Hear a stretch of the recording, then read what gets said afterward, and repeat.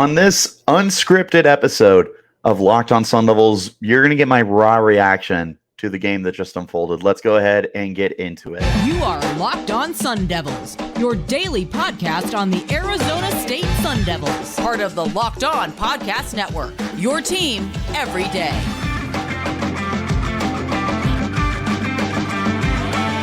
Welcome back to the Locked On Sun Devils podcast, part of the Locked On Podcast Network, your team every day. My name is Richie Bradshaw, and I will be your guide for everything Arizona State Sun Devils. Thanks as always for tuning in. Wherever you're getting your content, hit like and subscribe. Turn on notifications so you get an update whenever we post new content, especially the unscheduled ones. And of course, you can stay in touch with that content by following me on Twitter. You can find me at Richie Brads36 in the podcast as well at LO_Sun Devils. So this is something I wanted to try out and kind of gauge what you guys think. So basically the way this episode is going to go, it's not going to be a normal length unless I just get on a big tangent. This is going to be essentially just kind of like an extra podcast that I'll try and do. It'll depend how this goes. Like if you guys really respond well to this, then I will record these at 1 a.m. if I have to. But this is basically just what was going through my head during the game. I did take probably about an hour or so to kind of cool down. I was very upset by the end of the game. But from here, what we're going to do is just kind of explore everything that went through my head. It's almost like a live that I do on YouTube. I don't have a script in front of me.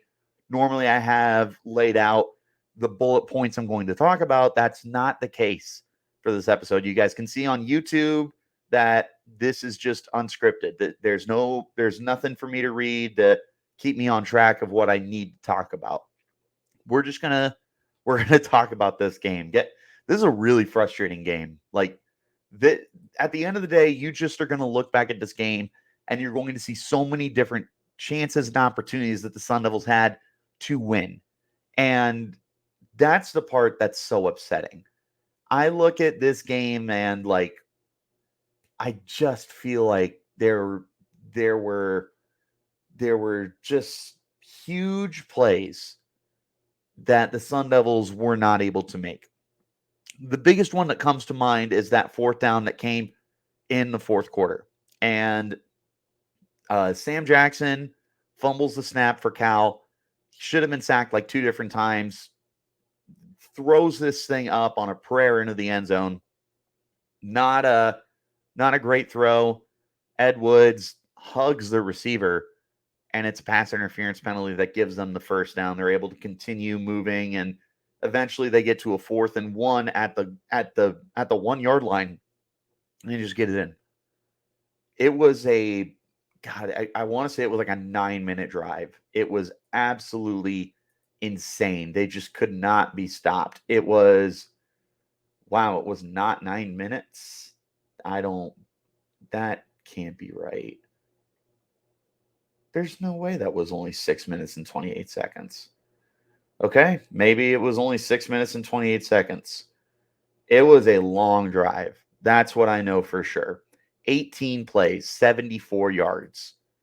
And it just didn't stop, man. You could have gotten the turnover on downs, which would have left you with 3 minutes and 20 seconds on the clock. More than enough time to get down the field. That was the other thing that was really frustrating in this game was, look, I think Trenton played a solid game, but he's got to stop checking down, man. Like, I understand there wasn't a ton there to work with, but the protection was not terrible in this game. I thought that the Sun Devils did an admirable job to be able to keep Bourget upright. How many times he wasn't even sacked. They didn't even sack Bourget in this game, which we're not going to see that again the rest of the year, more than likely. They did a really good job, and he was just captain check down. Like, they went to Jalen Conyers. He had 6 catches for 40 yards, and most of that was check downs across the middle. Like, you need to be able to open up your offense more. And look what happened when you were able to get the ball into your playmakers' hands. Bourget threw for 344 yards, and I'd be willing to bet that close to half of that was after the catch. Like, it seriously was get the ball into Cameron Scadaboo's hands, into Elijah Badger, into Mel Constable. You got the ball to them, and they did something with it. That was what really helped to get you into this game, was seeing what Badger did after the catch. On 75 yards, he did it on 3 catches. So that's 25 yards a catch. That's insane. That's insane what he was doing. Mel Constable, 4 catches, 72 yards. Cameron Scadaboo, 4 catches, 98 yards. When you gave your guys the opportunity to make a play, they made it. But they just could not, for the life of them, finish the plays. They couldn't finish the drives. And that's where it was so frustrating, because it's like you're moving the ball so well, and then you get into the red zone and you stall out. They just could not finish drives. And when you're not able to do that, you're going to lose a lot of games. And even in this game, like, you lost by 3 points. You capitalize on just one of the drives you stalled out in. You win. You can also look towards the end of the second quarter, right, where ASU had a touchdown on 4th and short, but it was an illegal procedure because there were 12 men on the field. That cannot happen, man. That can't happen. These are the smallest details that you're messing up. It absolutely decimates what you were trying to do. It took 6 points off the board, or it took 4 points off the board, because you ended up getting a field goal out of it. Did you? No. Did you get any points out of that? I don't know. No, you didn't get any points out of that. Yeah, that's not great, because they ended up was Bourget, he wasn't sacked. It says Bourget run for 7 yards, Bourget fumbled. I don't know why I can't remember that play, but yeah, like they were just not able to convert on that kind of crap. And like, when you're not getting the points that are there for you, you get that touchdown, you win the game. This is what I'm talking about. Like, an illegal procedure for 12 men off the field cost you the game. Sure, maybe the script changes up a little bit, right? But more than likely, that is such a defining moment for you in this football game, because that was a great drive that they had strung together. They went 7 plays, 38 yards, minute 26, could have had a touchdown. You would have been up 14-10 at halftime. Not meant to be. And that is the stuff that's just absolutely freaking killer. That is where games are won and lost, is those kind of drives where you're not able to finish, where you have the mental lapses and the mental errors, the breakdowns, all of that good stuff is what cost the Sun Devils in this game. And it's so beyond frustrating that that's what it ended up coming down to, was just the ticky-tacky stuff like that. I'm not speechless. I'm very frustrated by it, but I don't know, man. You just got to find a way to move on and get better from it, I suppose. These days, every potential new hire can feel like a high-stakes wager for your small business. You want to be 100% sure that you have access to the best qualified candidates available. That's why you need to check out LinkedIn Jobs. LinkedIn Jobs helps find the right people for your team faster and for free. You can do this in minutes, and once you do, you can just add your job and the purple hashtag hiring frame to your LinkedIn profile to spread your word that you're hiring. Simple tools like screening questions make it easy to focus on the candidates with the right skills and experience to quickly prioritize who you want to interview and hire. And as you know, as a small business owner, having that right member can have a positive and measurable impact on your business. It's why small businesses rate LinkedIn Jobs #1 and delivering quality hires versus leading competitors. LinkedIn Jobs helps find the qualified candidates you want to talk to faster. Post your job for free at linkedin.com/lockedoncollege. That's linkedin.com/lockedoncollege. Post your job for free. Terms and conditions apply.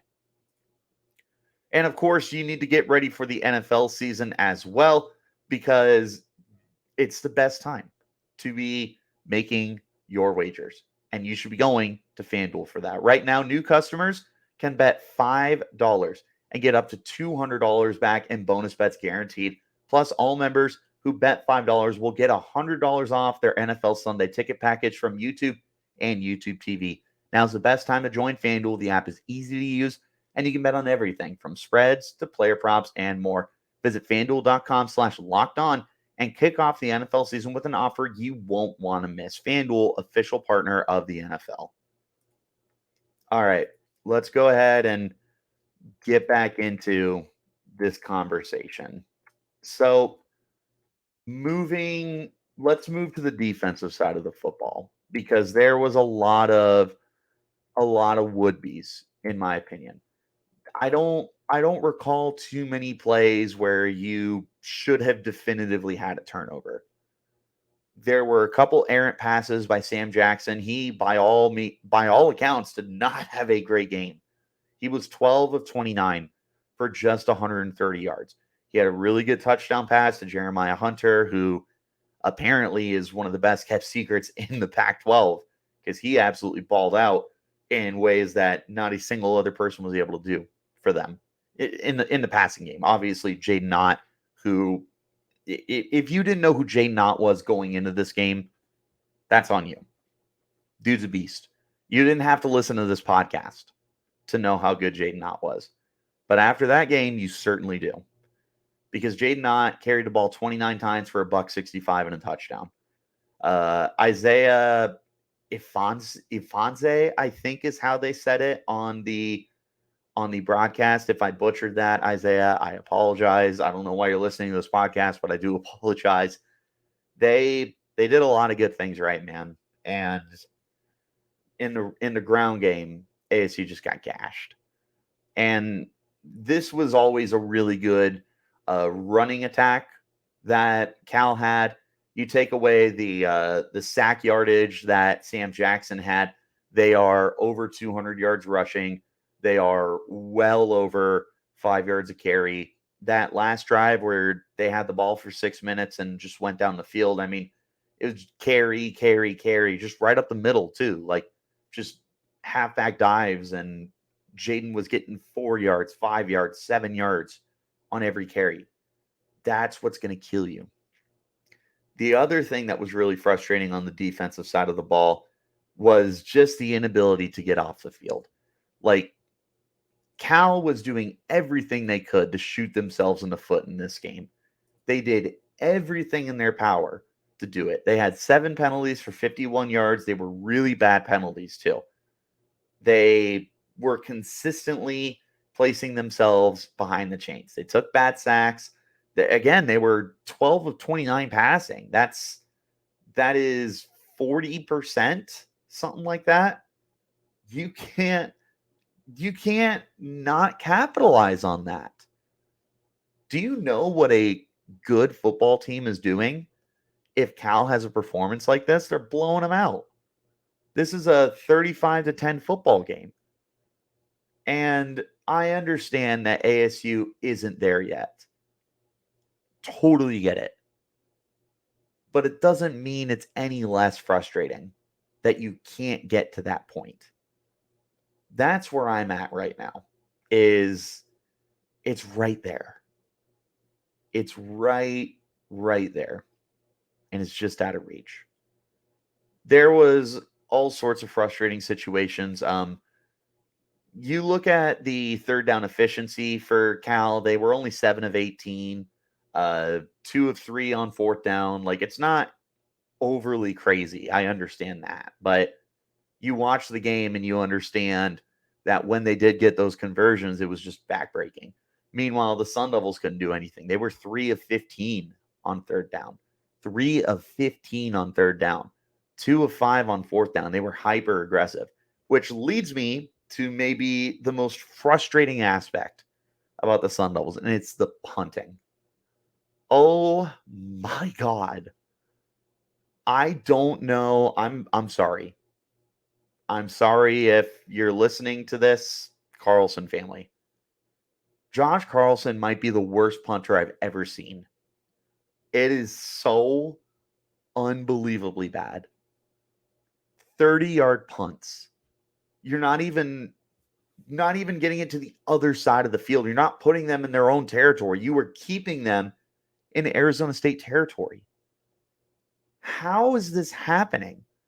It's to a point where, like, I'd rather pooch punt it every single time with Cam Scadaboo. Why even take him off the field? Keep him out there. Keep teams guessing. Is he going to run it? Is he going to throw it? Is he going to punt it? Who knows? That's pretty much where I'm at. Just keep Scadaboo out there. He had the longest punt of the year for the Sun Devils, 52, 53 yards, something like that. Yeah, it took a roll. Who cares? Nothing's rolling for Josh Carlson because these guys are fielding it after 30 yards. He is not even remotely a threat. That loses you football games. Giving the opponent excellent field position every single time. Come on, man. Just keep Scadaboo out there. Don't even take him off the field. Keep the mystery. And who knows?